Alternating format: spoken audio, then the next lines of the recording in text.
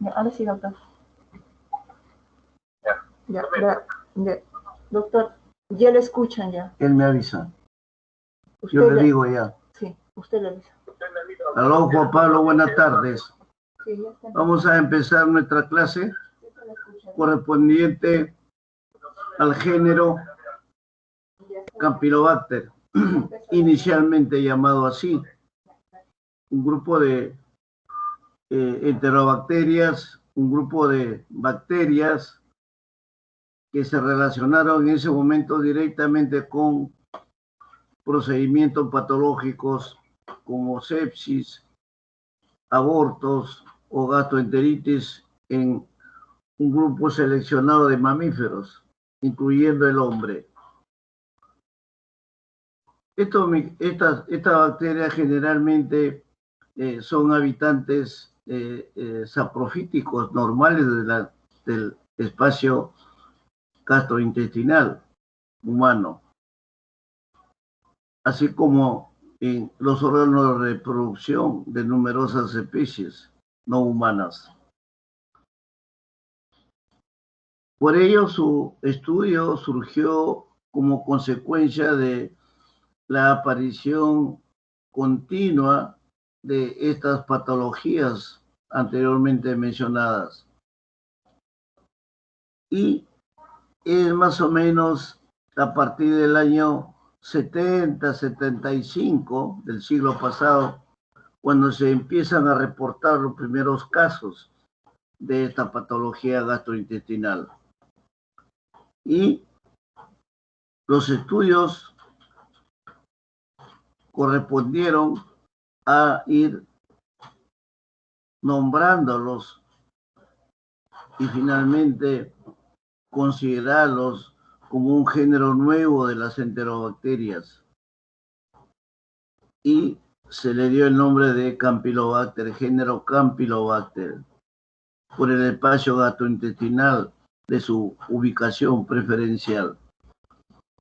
Y a esto se sumaban algunos cuadros ya de diarreas, especialmente en la especie humana, lo que centró pues estudios clínicos posteriores que iban en todo momento tratando de separar en base a las diferencias clínicas, epidemiológicas y de diagnóstico de esta bacteria. Ya los epidemiólogos y los patólogos clínicos de esos tiempos comienzan pues a tener consideraciones diferenciales de estas bacterias. En esa década del 70 al 80 y 90 más o menos, ya va tomando importancias muy especiales en cuanto a la evolución y características de esta nueva patología, que se caracterizaba básicamente por elementos gastroentéricos, acompañados con problemas de diarrea, septicemias, etc. Y como era generalmente su ubicación a nivel de la parte terminal del píloro, se le denomina entonces Campylobacter pylori, y que es actualmente designada con ese nombre, la Helicobacter pylori. La siguiente, por favor.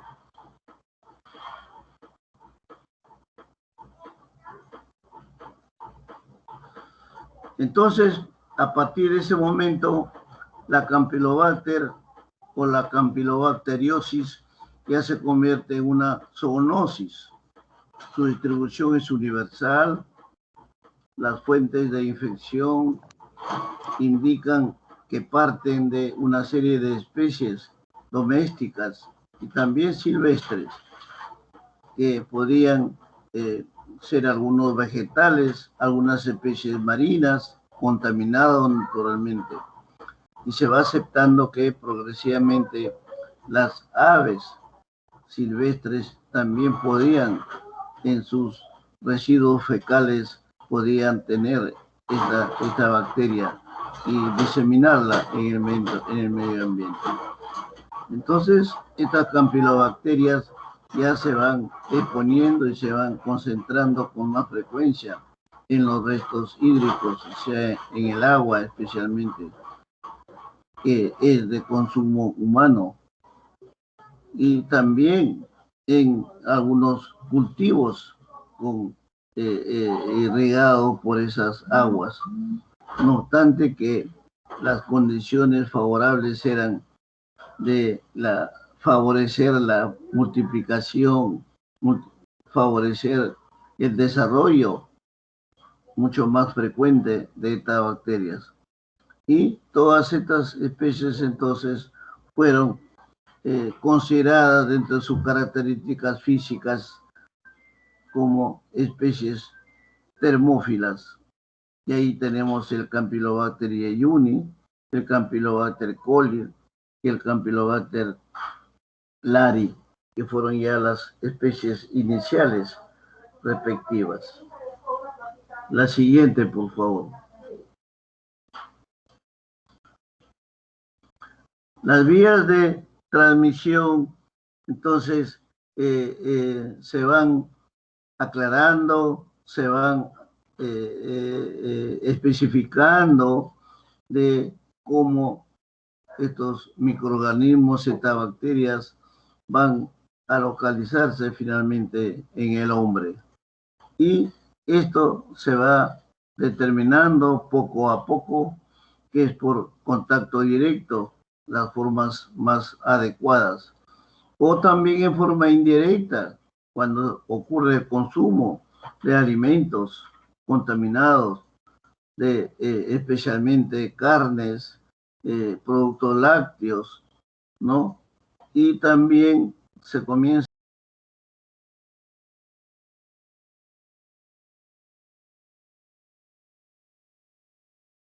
de concentración infectada que pueda ser considerada como fuente patógena. Todos estos se van sugiriendo, estos elementos, como factores susceptibles en forma individual y que pueden derivar en contaminaciones colectivas, dependiendo ya de las modificaciones, la aparición de nuevas cepas que van a jugar un papel importante en el desarrollo de estas bacterias. Por lo tanto, la mayoría a partir de esos tiempos del año 90, 95 del siglo pasado, comienzan ya a registrarse nuevos casos y da lugar al comienzo específico de este nuevo género y su asociación con patologías gastrointestinales, teniendo frecuentemente ya aclarándose las estaciones del año, los lugares y las personas mucho más susceptibles o grupos de personas más susceptibles a esta patología. La siguiente, por favor.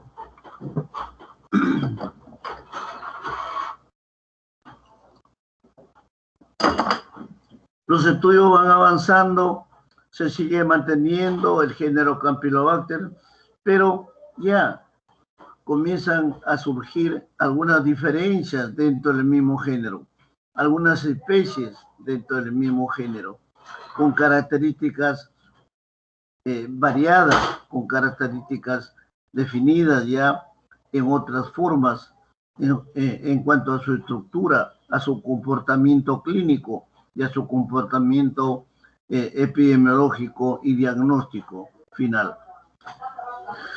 Y la clasificación grande del género Campylobacter se divide ya en un nuevo género, que es el género Helicobacter. Y a partir de ese momento hasta el día de hoy tenemos los dos géneros, siendo ya el nuevo género Helicobacter el más importante, por cuanto tiene sus características mucho más invasivas, más diferenciadas, y desde el punto de vista de su evolución, su multiplicación dentro del organismo, como lo veremos más adelante. Todos estos fueron consecuencia de una serie de análisis que se hizo, análisis secuenciales de tipo genético del ácido ribonucleico, personalmente ribosómico, y se fue tomando las características de segmentación de esta forma de caracterización de estas bacterias del género Helicobacter. Sus concentraciones lipídicas a nivel de su pared celular también se iban caracterizando por ser susceptibles perdón, a algunas particiones electroforéticas de su ácido ribonucleico para de esa manera determinar ciertas variables en su diagnóstico. Surgen ya nuevas pruebas bioquímicas para resolver en parte estas formas un poco todavía confusas desde el punto de vista taxonómico. Todos estos géneros, por lo tanto, pertenecían a una superfamilia, todos con un núcleo central de ácido ribonucleico, el ácido ribonucleico ribosomal, el cual pues está formado, como sabemos, como bacilo gram negativo, como son la mayoría de enterobacterias, en forma de espiral, espiraladas, y con dos elementos fundamentales que son una baja relación de bases de la guanosina citosina en el ácido desoxirribonucleico en el ADN y la incapacidad para fermentar u oxidar carbohidratos. Es un carácter que lo diferencia de todas las enterobacterias que, como sabemos, son significativamente fermentadoras y oxidativas de los carbohidratos. La siguiente, por favor.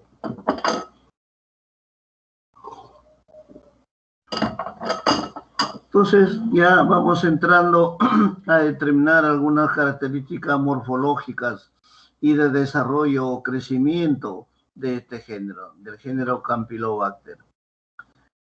Ello, naturalmente, ya está dentro de la taxonomía del manual de Bergey, comprendido como bacilos gram negativos, son de manera curva, muy diferente a la forma del vibrio, tienen ciertas diferencias en la morfología con el vibrio para que ustedes puedan diferenciarlo cuando hagan una coloración de Gram o un diagnóstico directo, endoscópico, etc.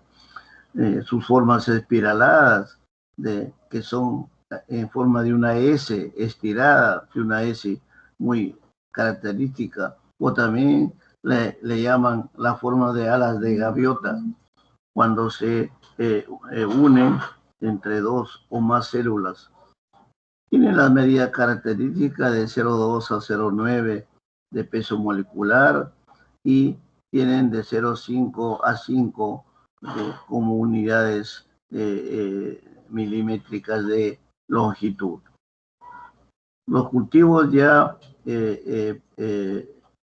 pasados son las células tienden a verse en forma esférica, o sea, tienden a cambiar, a convertirse en un esferoblasto que pueden confundir a veces, o en formas cocoides, que pueden confundir con algunos otros microorganismos similares. Todos estos tienen una movilidad por la presencia de un solo flagelo, como sabemos, un flagelo polar en uno o en ambos extremos, puede ser unipolar o bipolar, con características morfológicas específicas que le dan una forma muy peculiar al cuerpo bacteriano del género.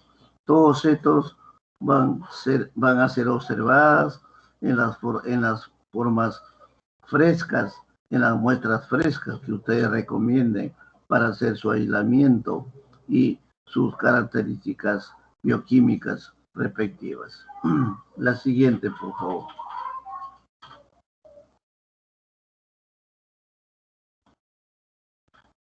Siguiendo entonces con sus características morfológicas, mencionamos que el género Campylobacter, especies definidas, son bacilos gram negativos, curvos, etcétera, con sus formas características que hemos señalado y que le dan cierta forma de evolución y por lo tanto no se pueden mantener más de 72 horas en cultivos activos, ya que van perdiendo por consumo directo de las bacterias los componentes de estos medios, los nutrientes de estos medios, y puede dar lugar a confusiones de falsos negativos en cuanto al aislamiento. Las demás características ya lo hemos señalado y su forma.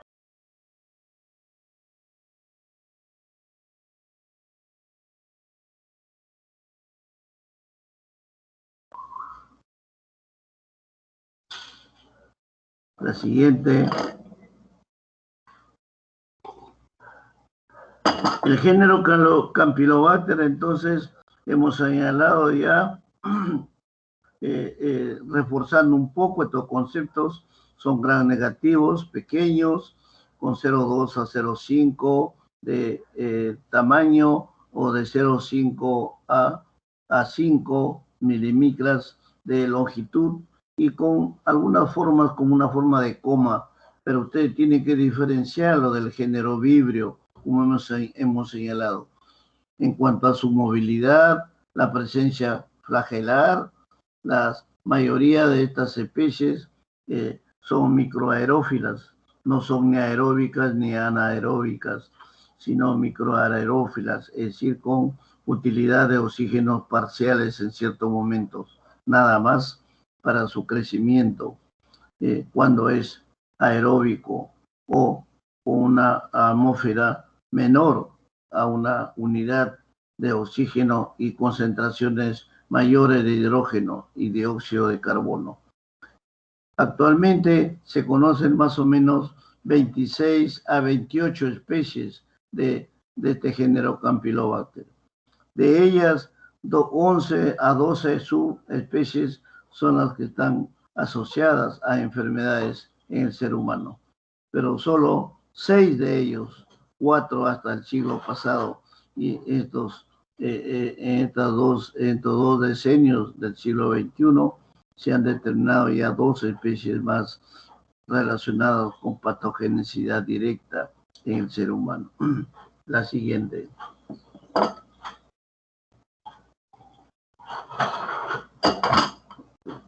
La siguiente, por favor.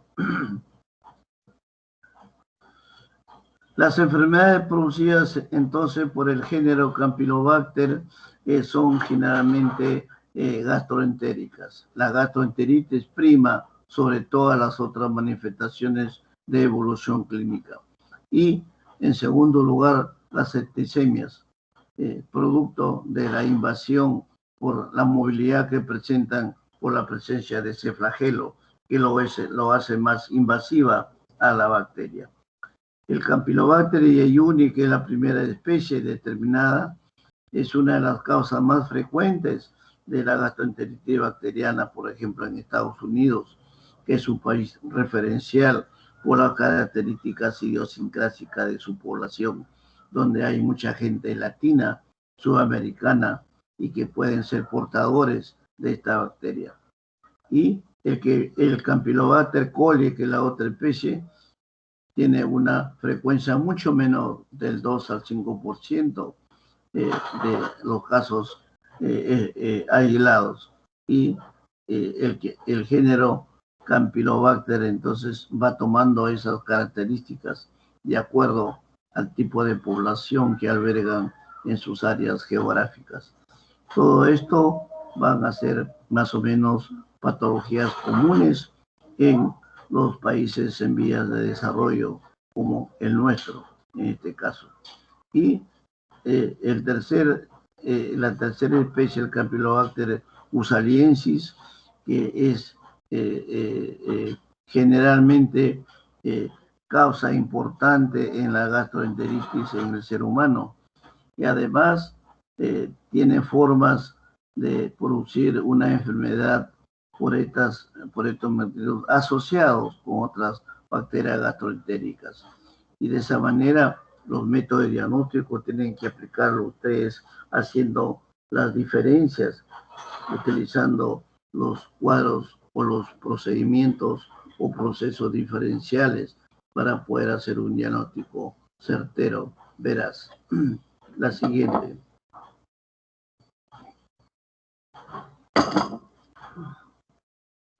Dentro de la fisiología de la bacteria, tenemos pues que el Campylobacter tiene además una pared celular muy característica, similar a todas las bacterias gram negativas. Tiene un antígeno principal de este género a nivel de la superficie, que es un liposacárido, generalmente a nivel de la membrana externa, a nivel de la superficie externa de la bacteria, del soma bacteriano. Además, estas características se han empleado actualmente en la clasificación epidemiológica de las cepas que van apareciendo sobre la base de las primeras. Y de esa manera van diferenciándose los antígenos somáticos, como son los polisacáridos y los antígenos capsulares, que son termolábiles y flagelares.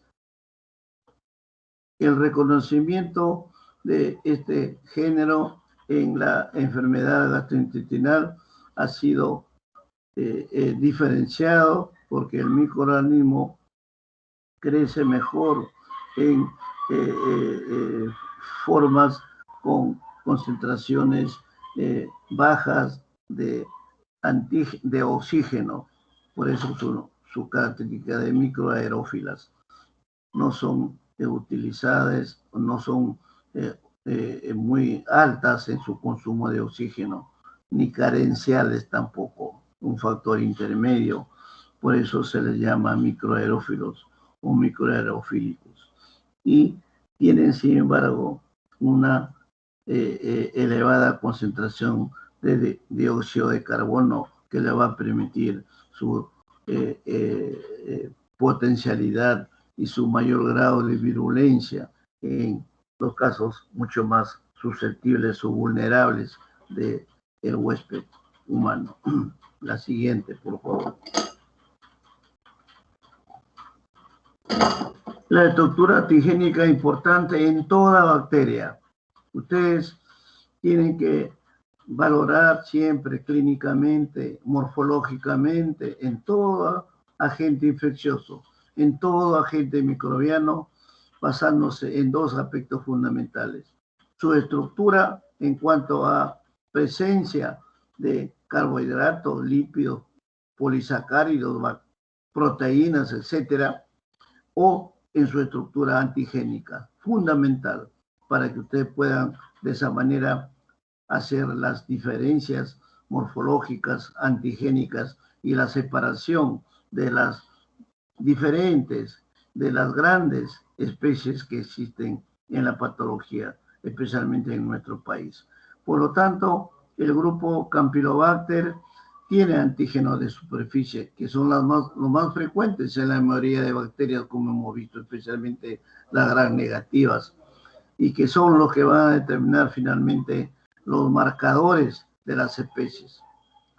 En los virus, inclusive lo estamos viendo a nivel de influenza, de los coronavirus, como los antígenos superficiales o los antígenos externos de la superficie de la membrana, están las variantes que se van produciendo permanentemente de estas especies. En el género Campylobacter es similar, solamente que sus variantes son mucho más estables, son mucho más fijos en cuanto a sus características de mutación, ya que la presencia del lipopolisacárido, que los virus generalmente no lo tienen, termoestables y con actividades endotóxicas importantes, determinan pues que estas gran variedad de serotipos de la bacteria sean estables, sean de una evolución mucho más estable en cuanto a sus variantes.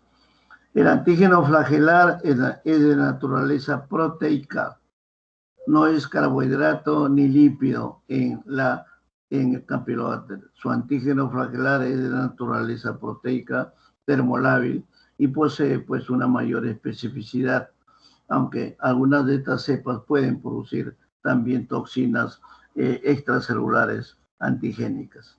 Pero no olviden esa característica fundamental de todo el género Campylobacter, que es en cuanto a su estructura antigénica, es flagelar, es de naturaleza proteica termolábil, básicamente. La siguiente.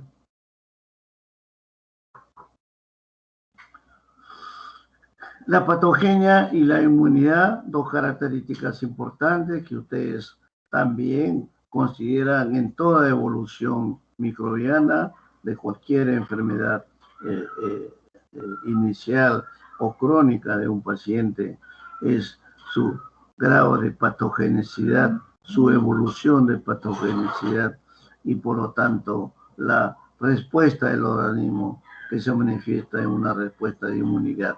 Recuerden que en todo procedimiento evolutivo de una enfermedad es una acción y reacción, una acción generada por el agente infeccioso probable y la reacción, que es la respuesta del organismo, de las células tumorales, celulares, de las defensas naturales o adquiridas de nuestro organismo, que va a enfrentarse a estas características antigénicas del agente invasor. Por lo tanto, todos los estudios, todas las investigaciones que se hacen para estas características es definir siempre qué factores son los que van a desarrollar la virulencia específica en la enfermedad por este género Campylobacter. Y también, no obstante, en los avances y en los estudios especialmente moleculares con que se disponen hoy en día, sin embargo, todavía existen impedimentos porque hay una serie de modelos que no son susceptibles para la parte experimental, ya que ciertas cepas de animales de laboratorio a veces no dan las respuestas adecuadas para estudiar en forma mucho más profunda y certera a estas nuevas variantes de la bacteria. El Campylobacter jejuni, sin embargo, ya es la especie que mejor resultados se está obteniendo en cuanto a sus estudios morfológicos, antigénicos, patogénicos. Y también con ellos se está detectando un camino mucho más específico en cuanto a su evolución, a su invasión, a su toxicidad dentro del organismo humano. Y también sus producciones de enzimas, tanto citotóxicas como enterotoxinas, que van a jugar un papel importante en el desarrollo y evolución de la enfermedad. Todo esto nos lleva a tener una claridad en determinar, pues, en los diferentes procedimientos de la enfermedad y con ello manejar los tiempos en los diagnósticos y en los tratamientos específicos de estos microorganismos y que pueden determinar su desaparición pronto o permanecer todavía en tiempos mucho más largos y que pueden traer complicaciones posteriores a los portadores de estas bacterias. La siguiente, por favor.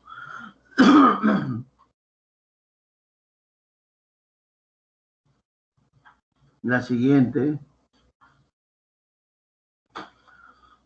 Siguiendo con el Campylobacter, entonces, su estado inmunológico que presenta todo paciente, todo ser humano infectado por este género con cualquiera de las cepas, ya sea el Campylobacter jejuni o el E. coli o los otros que están considerados, van a afectar también a la evolución de cualquiera de los cuadros que presentan.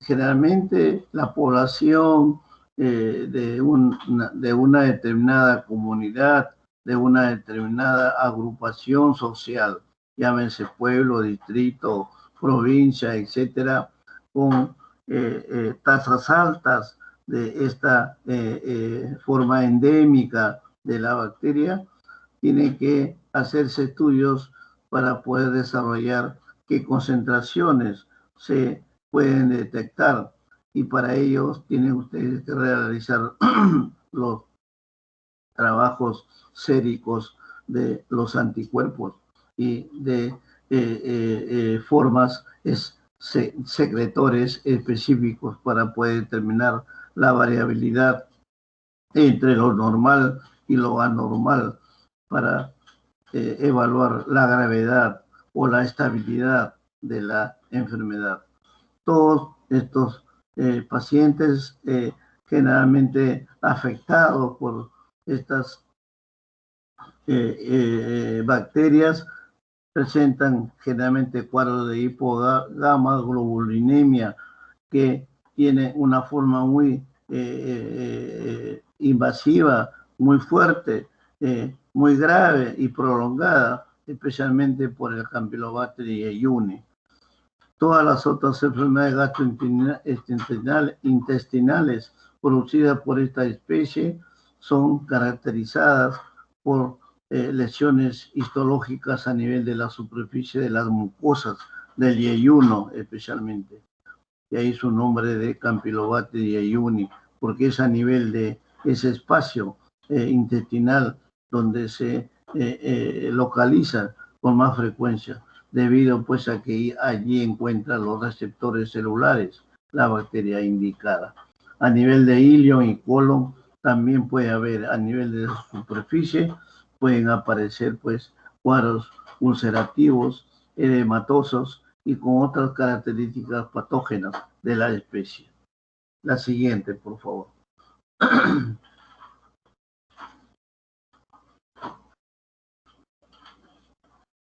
La siguiente. Aquí tenemos algunas especies del Campylobacter que han sido ya aisladas. Lo tienen ustedes como referencia en diferentes cepas y asociados a diferentes cuadros clínicos en humanos.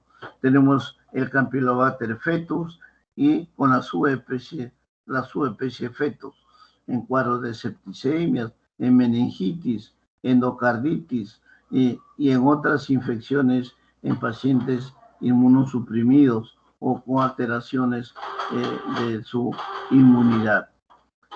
Son frecuentes también en grupos etarios menores, especialmente en niños de edad preescolar, escolar.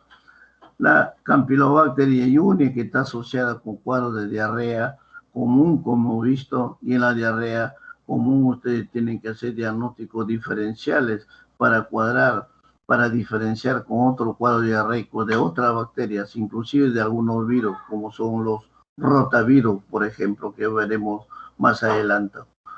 La Campylobacter pylori y el Campylobacter citaedis, que también son dos especies nuevas que se han estudiado a partir del presente siglo y que están asociadas también con procesos de gastroenteritis y úlcera péptica.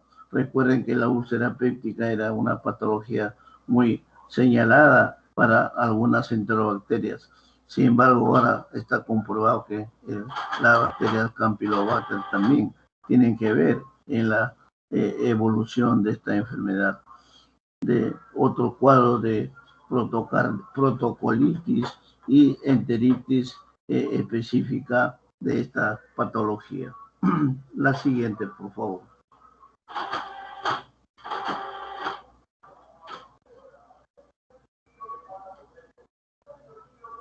La siguiente, Juan Pablo.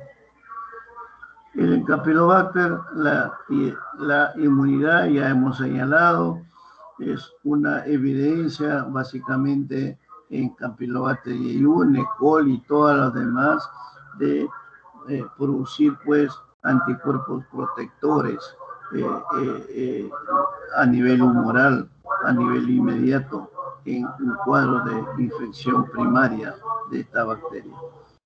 En los países en vía de desarrollo o subdesarrollados, llamados epidemiológicamente así, donde los cuadros infecciosos son generalmente endémicos, como el caso de nuestro país, Brasil, Bolivia, Ecuador, Colombia, etcétera, tienen una sintomatología muy similar y primando a veces los cuadros sintomáticos muy similares y también los asintomáticos, donde pueden haber algunos cuadros que nos pueden confundir con otras enterobacterias. Todo esto se tiene que hacer con estudios seriados para poder determinar finalmente la ausencia o presencia de estas bacterias. Como les decía antes, se han estudiado y se siguen haciendo estudios de tipo cohorte en niños generalmente, donde se va a mostrar una relación muy diferente entre anticuerpos antiflagelina y enfermedad propiamente dicha, enfermedad diarreica. Todo esto dentro del papel que juegan los anticuerpos en la inmunidad protectora de los que probablemente estén infectados con esta bacteria. La siguiente, por favor.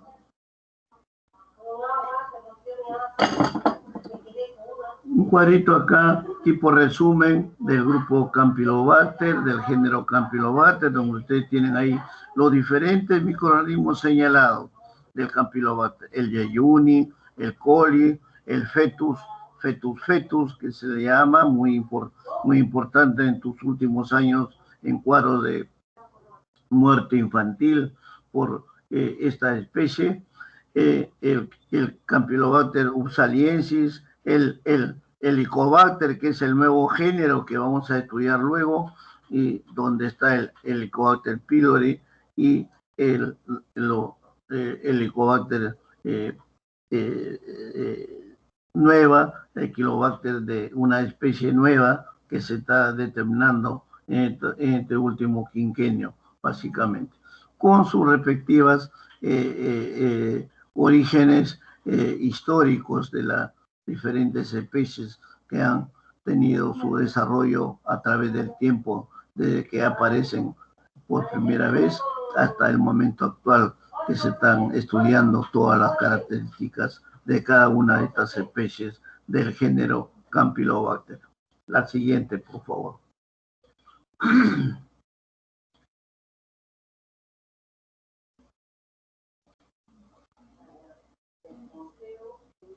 La siguiente, por favor, Juan Pablo. La profilaxis es otra medida importante que ustedes tienen que valorar siempre. Siempre le repito esto. Interrogación, evaluación clínica, diagnóstico presuntivo, tratamiento y profilaxis o prevención. Son esos 4 parámetros fundamentales, inseparables de todo el trabajo del día a día del médico en cualquiera de las especialidades. Esta medida de prevención es muy importante para poder determinar los diferentes cuadros de la enteritis. Recuerden ustedes que el grupo de las enterobacterias constituye un capítulo muy importante en la patología humana, en nuestro país especialmente, por la variabilidad que tenemos geográfica, alimentaria, climatológica, del tiempo, del espacio, de los diferentes nichos ecológicos que ocupa nuestro país y que da lugar a diferentes características de etiologías microbianas. Por lo tanto, evitar lo que creemos que puede generar una infección de esta bacteria. Ya hemos señalado los alimentos en diferentes modalidades de origen animal, especialmente carne, leches, a veces crudas, sin hervir, etc. Y todas otras formas que pueden conllevar a el consumo contaminado de esta bacteria. Y también la educación sanitaria.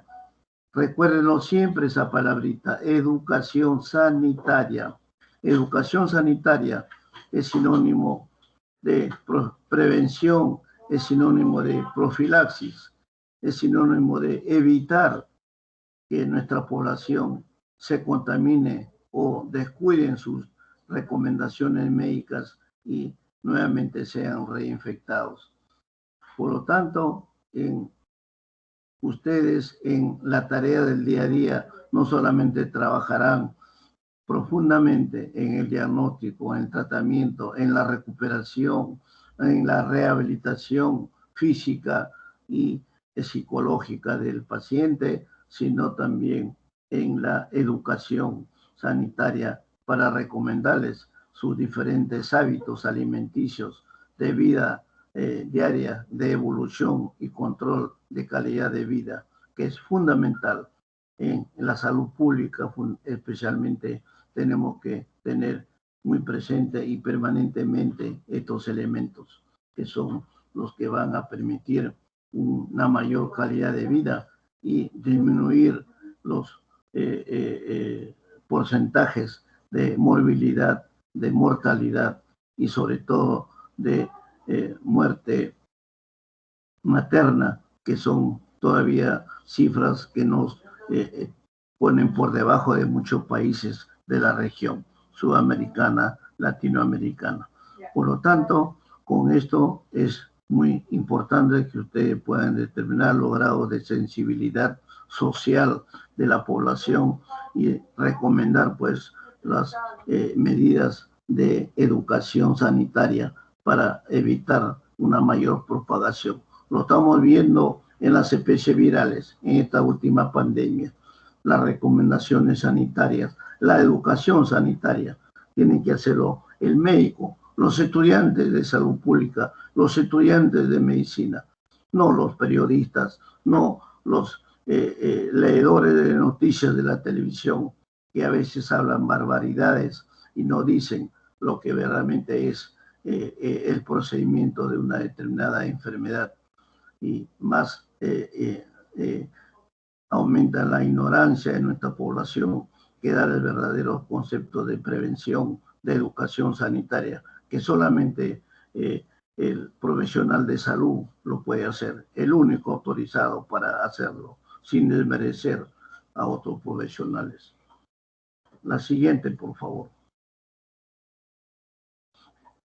Los diagnósticos en laboratorio, que ahora ya ustedes tienen la fortuna positiva naturalmente y merecedora de una mayor calidad, una mayor rapidez, una mayor sensibilidad. Unos 30, 40 años atrás, para hacer un diagnóstico, por ejemplo, de una hepatitis, se demoraba 15, 20 días para hacer la respuesta. Y a veces llegaba el resultado cuando el paciente ya había fallecido de tuberculosis y así. Hoy en día los diferentes métodos de diagnóstico son mucho más sensibles, mucho más rápidos y se siguen trabajando en hacer un diagnóstico mucho más cercano a la perfección, en rapidez, en calidad, en eficiencia, para poder inmediatamente tomar las medidas correspondientes. Entonces, a nivel microscópico, vamos a desarrollar rápidamente, observando las características del género Campylobacter con sus diferentes características que ya conocemos, hacer sus características tintoriales, hacer su coloración de grano, etc. Y también sus reacciones serológicas, que tienen que ver con una serie de factores de diagnóstico a nivel de suero, a nivel de productos serológicos, con diferentes técnicas que hoy en día especialmente todavía serán importantes, incluyendo ya lo último, que es el diagnóstico molecular, el diagnóstico del DNA especialmente. La siguiente, por favor. El cultivo también es, como ustedes saben, el diagnóstico puede ser directo o indirecto, directo a través de los cultivos, a través de las observaciones microscópicas directas, de las muestras biológicas frescas, inmediatas, o también el diagnóstico serológico, dependiendo de la evolución de la enfermedad. Toda muestra en fase aguda es mucho más sensible y mucho más factible de hacer el diagnóstico directo, rápido. Pasado ya 10 a 12, 14 días de la evolución de la enfermedad, ya es más complicado hacer el diagnóstico de cultivo, el diagnóstico de aislamiento.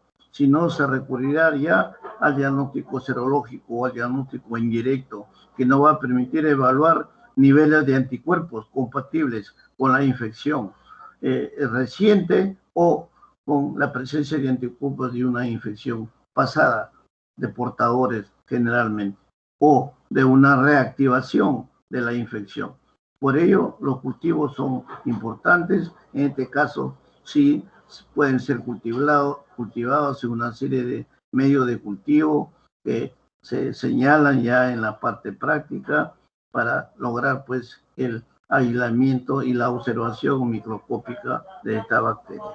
La siguiente, por favor.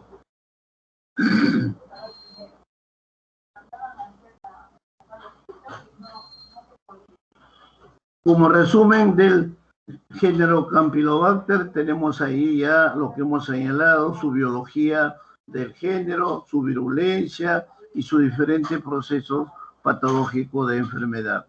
Todos ellos señalados ahí, Bacillográn negativos, curvos, delgados, ¿no? Están todavía muy mal definidos en cuanto a su forma de regular y su forma de adhesión a la movilidad y la invasión de la mucosa entérica, ya que todavía no hay una aclaración y un diagnóstico diferencial con otras bacterias que siguen ese mismo curso en cuanto a su invasividad. Y también en algún momento a este género se le vincula con el síndrome Guillain-Barré. Como sabemos, es una enfermedad pues autoinmune y que está dentro del grupo de las bacterias que vamos a señalar tipo micoplasma o algunos virus que se señalaba de tipo Coxsackie-virus, pero que todavía no hay una definición exacta en estos momentos. Están estudiando para ver las diferencias de este síndrome de Guillain-Barré, que se le atribuye una etiología microbiana, bacteriana o viral, o está encuadrada dentro de características de un síndrome de autoinmunidad. Y entonces todas estas patogenias en cuanto a la evolución del género Campylobacter representa un interés muy importante en el desarrollo y en el abanico de enfermedades gastroentéricas de las especies humanas. La siguiente.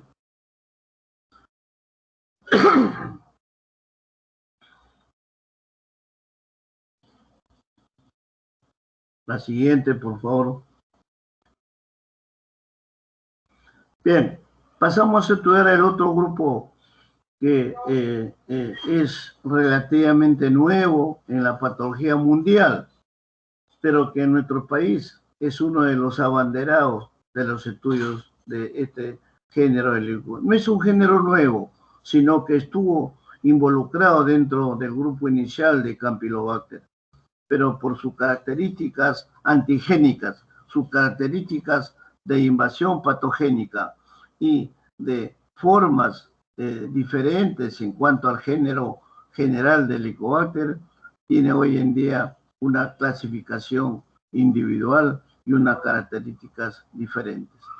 Ya a partir de, miren, del año 83 ya se sospechaba de estos bacilos, se observaba, pero no se hacían las diferenciaciones. Más o menos a partir del año 95, el siglo pasado, y el 2005, 2006 del presente siglo, se han acentuado y se han intensificado los estudios de estos bacilos, que son gram negativos, son en forma de espiral, tienen un parecido con el género Campylobacter que hemos señalado, sobre todo en pacientes con gastroenteritis de tipo B, o sea, de cuadro de enfermedad crónica del anto gástrico externo, o sea, el externo pilórico. Todos estos microorganismos pues se clasificaron al principio, como hemos señalado, en el grupo Campylobacter. Pero luego ya se han hecho estudios nuevos, selectivos, y se ha llegado a la conclusión final de que es un género nuevo con características diferentes, que es el género Helicobacter. Y la especie más importante, más representativa, es el Helicobacter pylori, que es una enterobacteria gástrica, es un Helicobacter gástrico que se ha determinado su asociación con cuadro de gastritis, úlceras pépticas, ¿no? Adenocarcinoma, o sea, produce un tipo de cáncer esta bacteria, y a nivel gástrico y la presencia o la evolución a linfomas de tipo B del tejido linfoide asociado a la mucosa gástrica. Todo esto ha hecho que el tracto intestinal del ser humano pueda ser pues colonizado por muchas especies de este género Helicobacter, y por lo tanto producir cuadros incluyendo algunos irreversibles, como el caso de las infecciones por las características, sobre todo en los adenocarcinomas gástricos, y que felizmente se cuenta con un tipo de diagnóstico muy rápido, muy preciso, y con un tratamiento también muy preciso, muy selectivo, para poder erradicar esta bacteria. La siguiente.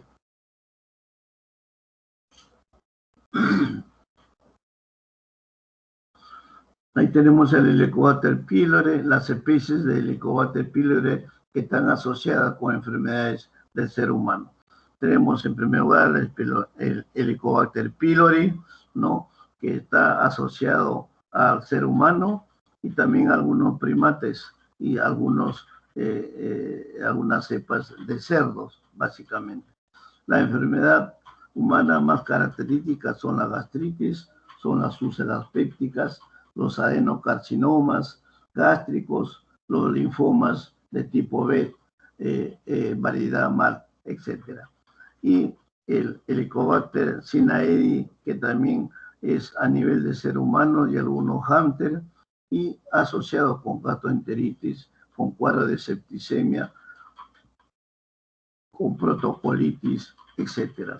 Y otras especies que están en estudio y que todavía no se determinan, salvo algunas especies que ya están, como el Fumaelis, que está asociado con algunas especies gastrointestinales relacionados con algunos productos alimenticios, básicamente. La siguiente, por favor. El resumen del Helicobacter pylori, entonces, en cuanto a su biología, su virulencia y la enfermedad que produce. Estos bacilos gram negativos curvos, ¿no?, producen una enzima que es la ureasa, ¿no?, a niveles muy elevados, y que son características pues del Helicobacter gástrico, el pylori, y que es una medida de diagnóstico rápido que se puede hacer. Y también es muy infrecuente en el Helicobacter intestinalis, y es importante para las pruebas de diagnóstico y diferenciar con el Helicobacter pylori. Hay producción de múltiples factores que son los que van a contribuir a la colonización rápida del el tejido gástrico, produciendo cuadros inflamatorios, alteración de la producción de la acción gástrica y la destrucción tisular, básicamente.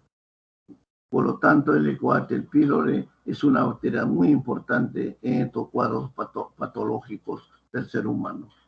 La siguiente, por favor. La epidemiología, las infecciones por esta Helicobacter pylori es básicamente en los individuos de clase socioeconómica baja, Como es la historia en el mundo, siempre los sectores sociales de más bajo nivel son los mayormente susceptibles, son los mayor vulnerables a una mayor frecuencia de infecciones microbianas, especialmente los países llamados países de desarrollo o en vía de desarrollo, que para mí no concuerda con la calidad intelectual, genética de la raza humana en el mundo, y especialmente la peruana. Pero sin embargo hay que aceptar ciertas características de clasificación que más relacionan con la parte social que con la parte genética, social, espiritual, etc. Los seres humanos son pues el principal reservorio para esta enfermedad, para esta transmisión de esta bacteria. La transmisión de una persona a otra es de persona a persona y es muy importante y es típica en este caso. No hay transmisión indirecta, salvo accidental, en forma muy accidental. Y son ubicuos, o sea, están presentes en cualquier característica, en cualquier nicho biológico que pueda ser portador de esta bacteria. Y por lo tanto hay una ubicación, hay una distribución universal no con especificaciones sociales, climatológicas, ni menos alimenticias. La siguiente, por favor. El diagnóstico, que es importante en esto, ustedes van a tener, sobre todo los que se van a dedicar a gastroenterología, a medicina interna, van a tener mucho cuidado cuando estén con estos cuadros o con esta sintomatología o con estas manifestaciones clínicas que pueden ser compatibles con el Helicobacter pylori. Y para ello tienen ustedes que hacer su diagnóstico importante. El diagnóstico histológico es de suma importancia. Una endoscopía acompañada por una biopsia de intestino, especialmente directo, nos puede dar el grado de sensibilidad específica y positividad en brevísimo tiempo. O sea, a la vez que hacen ustedes su endoscopía, a la vez también señalarán su biopsia específica para determinar la presencia del Helicobacter pylori. Todas estas pruebas también pueden ser acompañadas, pueden ser potenciadas por la prueba de la ureasa, que es de una sensibilidad relativa y está dotada de una especificidad bastante importante. La prueba de la actividad de la ureasa en el aliento, o sea, se hace sobre una placa, ¿no?, con el medio de cultivo apropiado, con una pequeña expresión de aliento sobre la placa, tal como se hace en la placa tosida para estreptococo, por ejemplo, en caso de difteria, en caso de bordetela, etc. La prueba también del antígeno del Helicobacter pylori es una prueba muy sensible y específica y que se puede efectuar generalmente hasta con muestras fecales inclusive. El cultivo finalmente por incubación en condiciones microaerófilas, porque son microaerofílicas, también permiten un crecimiento, aunque lento, pero puede darse en el transcurso de 48 o 72 horas en el medio específico para el Helicobacter pylori. La siguiente.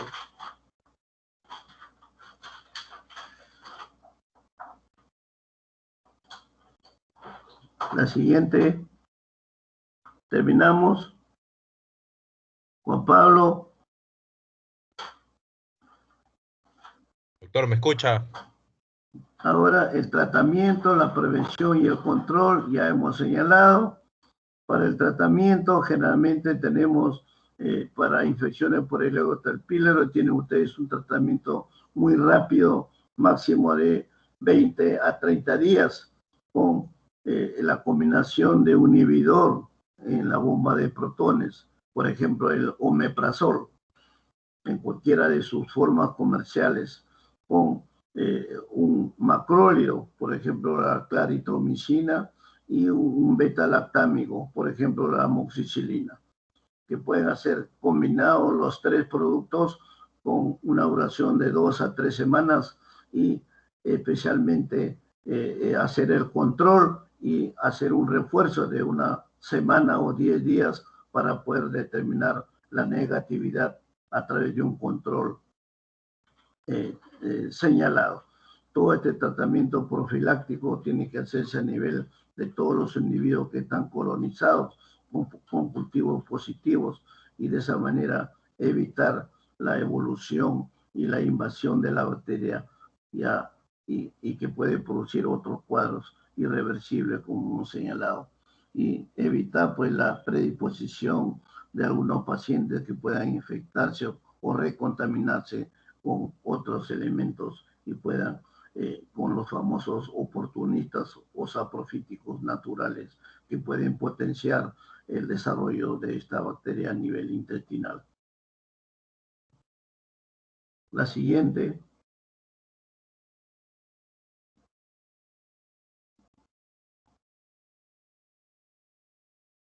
Ya hemos señalado esto, el Helicobacter pylori, más o menos desde qué año se dan los primeros pasos para ir conociendo esta nueva bacteria. Marshall y Warren como referencia histórica de la medicina para que ustedes al menos conozcan por cultura médica quiénes fueron los iniciadores de esta bacteria y dieron lugar a la nueva hora en la microbiología gástrica. A partir de ese tiempo ya se han desarrollado, como hemos señalado, una gran cantidad de nuevas técnicas de diagnóstico, unos nuevos procedimientos, unos nuevos protocolos para el diagnóstico presuntivo y finalmente el tratamiento y la prevención que hemos señalado en esta patología gastroduodenal. La siguiente.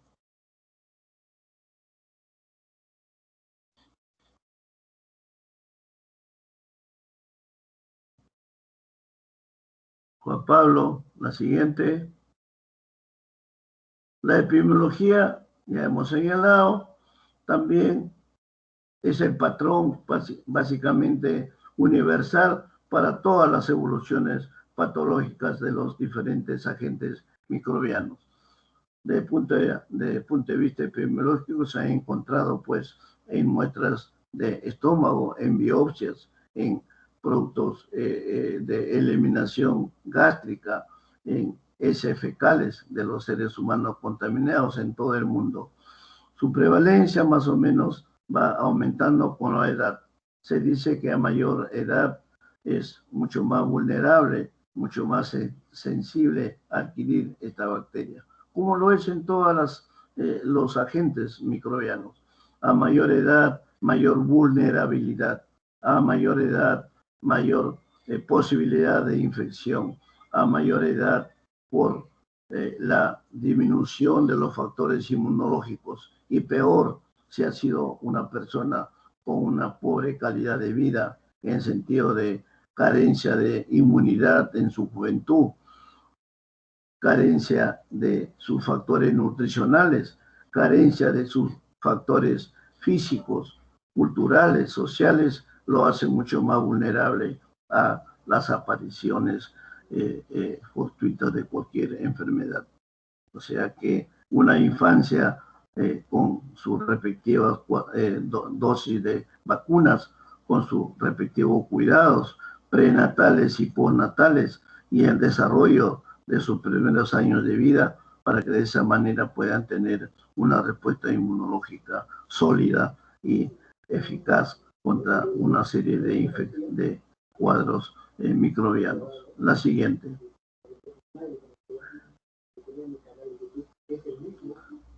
Aquí ya señalando solamente los diferentes factores de riesgo que se observan en todos los seres humanos en cuanto a infecciones. Naturalmente, no hay mucha diferencia en cuanto a sexo. Puede afectar tanto al sexo masculino como femenino, así como a los niños, a los jóvenes y a los ancianos. O sea, no hay grupos étnicos ni grupos etarios específicos, ni de razas, ni diferencias sociales, ni otros factores que puedan ser factores de importancia o de frecuencia en esta enfermedad. Todos constituyen alcoholismo, tabaquismo, automedicación y toda una serie de factores son considerados factores de riesgo, no solamente para el Helicobacter pylori, sino también para muchas otras enfermedades microbianas. Todo ello, naturalmente, nos lleva a tener presentes siempre las diferenciaciones clínicas, las diferenciaciones presuntivas, las diferenciaciones en el diagnóstico, las diferenciaciones en el tratamiento y las diferenciaciones en la prevención y cuidado de las medidas sanitarias. La siguiente. La taxonomía, ya hemos hablado, tiene el patrón del género Campylobacter generalmente, a pesar que ya con los nuevos estudios el Helicobacter pylori contiene ciertas diferencias en sus especies ya dominadas específicamente y han sido descritas y validadas todas sus características diferenciales. Algunas especies todavía no han sido aisladas a nivel del estómago del hombre y de algunos animales mamíferos, pero está asociado pues a patologías gástricas con cierta frecuencia. Entre ellas ya hemos señalado el Helicobacter pylori en el hombre, el mustelar en el humano también, el Helicobacter nemestrinae en la cepa de monos, el Helicobacter felis en el gato, por ejemplo, el Helicobacter heilmanni, denominado anteriormente como Gastropyridium hominis, que es una bacteria gram negativa espiralada, que es ureasa positiva y está asociada a unos casos de gastritis humana. En los gatos y perros constituyen los factores receptores de esta patología. Y así irán apareciendo seguramente en el transcurso del tiempo más especies y a lo mejor con algunas variedades en cuanto a su taxonomía, a su estructura antigénica, porque esa es una de las características de todos los agentes microbianos en el mundo, llámese bacterias, hongos, virus, protozoarios, metazoarios, etcétera, de cambiar, de mutar. Claro que los virus son los más mutágenos, permanentemente están cambiando, están mutando, sin que eso signifique que son nuevos virus, sino es el mismo virus que cambia alguna estructura de su forma, algún aminoácido, alguna proteína, alguna parte de esa proteína y que les hace tomar alguna característica. Pero esa es una respuesta de los virus, de protegerse contra ciertas medidas de la autoinmunidad del ser humano y de las medidas con que se aplican actualmente, siendo las vacunas las más importantes. La siguiente, por favor.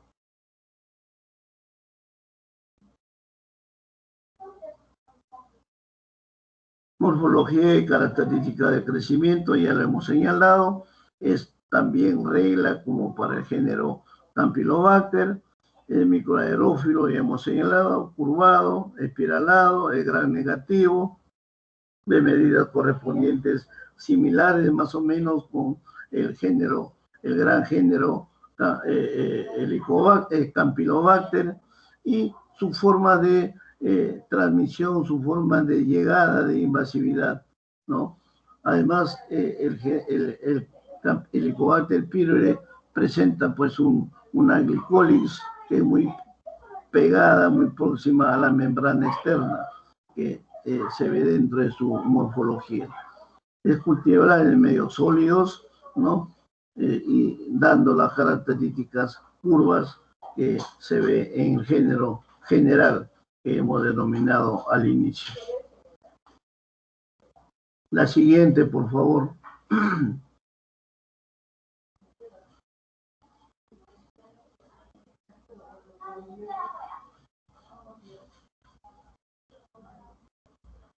La siguiente.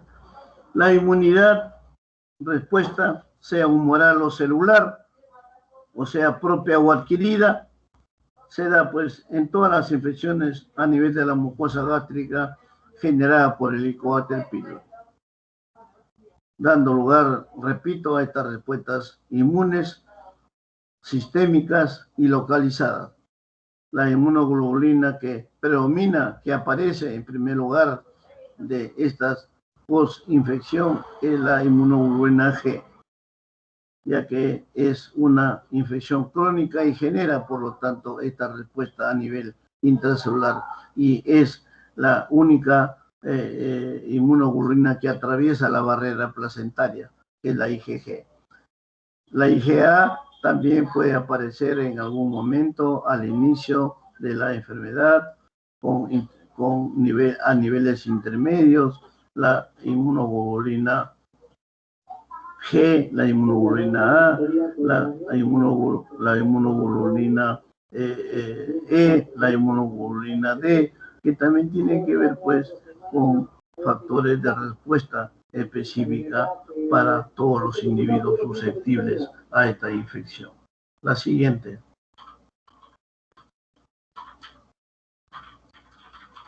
La patogénesis ya del Helicobacter pylori es básicamente a nivel tisular, digestivo, sobre todo a nivel del pylori, ¿no? Duodenal, que puede entrar específicamente por ahí, porque es por la presencia de los receptores celulares específicos que tiene contra los epítetos antigénicos de la bacteria a ese nivel. Y a partir de ahí pueden colonizar todo el epitelio gástrico y producir pues revestimientos en todo el cuadro, en todas las estructuras citológicas dentro del lumen gástrico. Todas estas pueden llevar a una presencia de metaplasias gástricas y hacer posible que esta bacteria colonice el bulbo duodenal. La determinante de patogenicidad básicamente son dos, los factores de suma virulencia que contribuyen al efecto patogénico y los factores de mantenimiento que son los que están allí y no son erradicados, ya sea por tratamiento o por otros métodos y que pueden generar adenocarcinomas con el tiempo. Por lo tanto, ustedes tienen que ser muy severos en cuanto a hacer el diagnóstico pronto y si hay la presencia en su biopsia que hacen conjuntamente con su endoscopía de Helicobacter pylori, inmediatamente iniciar el tratamiento adecuado con el mantenimiento o refuerzo respectivo para negativizar y evitar que esa bacteria siga manteniéndose a nivel de la mucosa digestiva. La siguiente.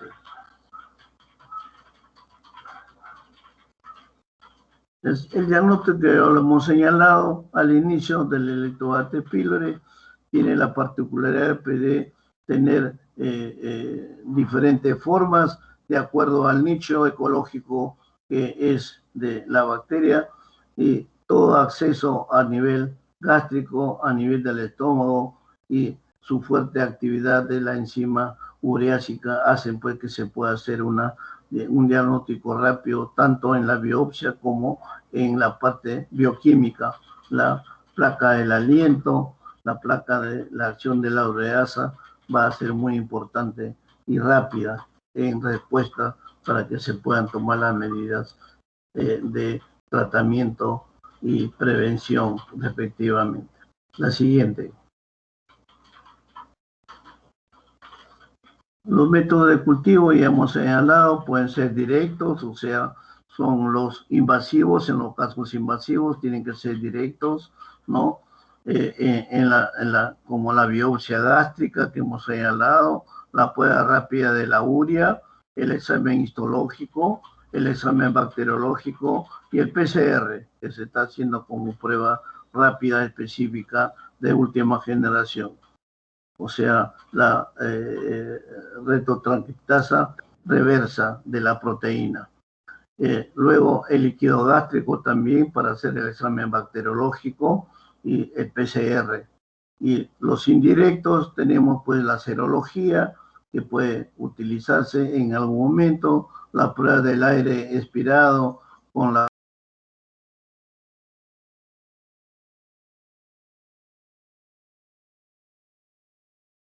orina, que se están haciendo últimamente con respuestas muy favorables. La siguiente.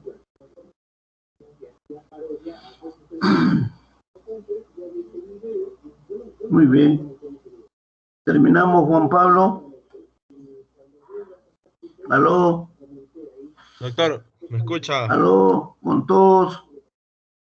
Buenas tardes. Hemos terminado nuestra clase. Disculpen, un poquito larga, pero